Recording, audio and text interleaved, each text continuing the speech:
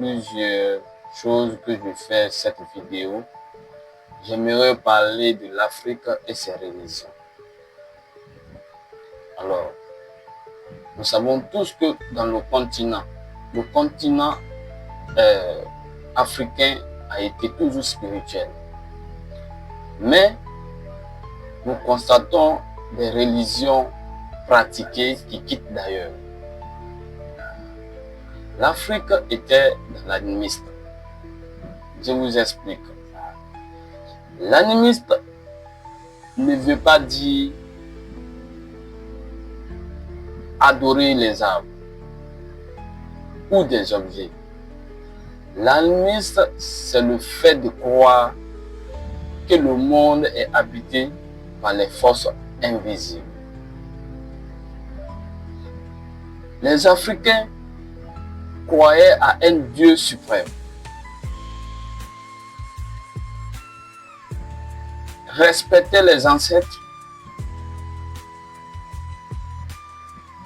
et croyaient aussi à des forces spirituelles naturelles. Une chose, nous savons que l'Afrique n'a pas connu Dieu avec un continent étranger. L'Afrique connaissait, maîtrisait sa spiritualité avant ses religions. Ok? Passons maintenant à ces deux religions, la religion musulmane et la religion chrétienne.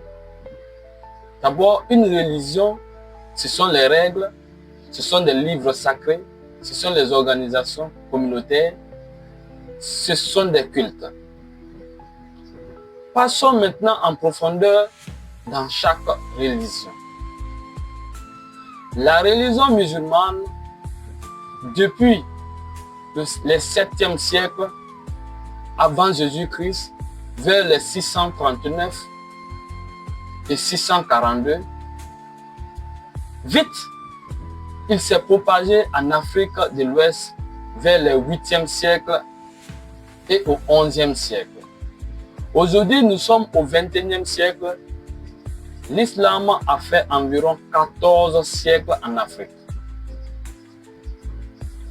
Passons au christianisme. Dès le 1er siècle, le christianisme avait déjà commencé.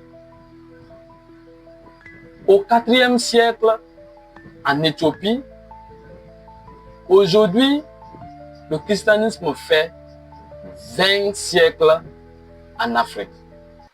Tout ça signifie quoi? Ça signifie que nous avons adopté une religion qu'on ne maîtrise pas. Jusqu'à là. Une religion qui ne peut pas nous réconcilier.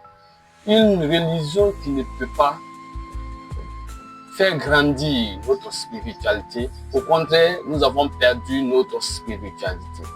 On n'enseigne plus. Depuis, ça fait maintenant des années. On ne peut pas avoir une religion sans la spiritualité. On ne peut pas aussi être spirituel sans chercher la vérité. Donc, merci à tous.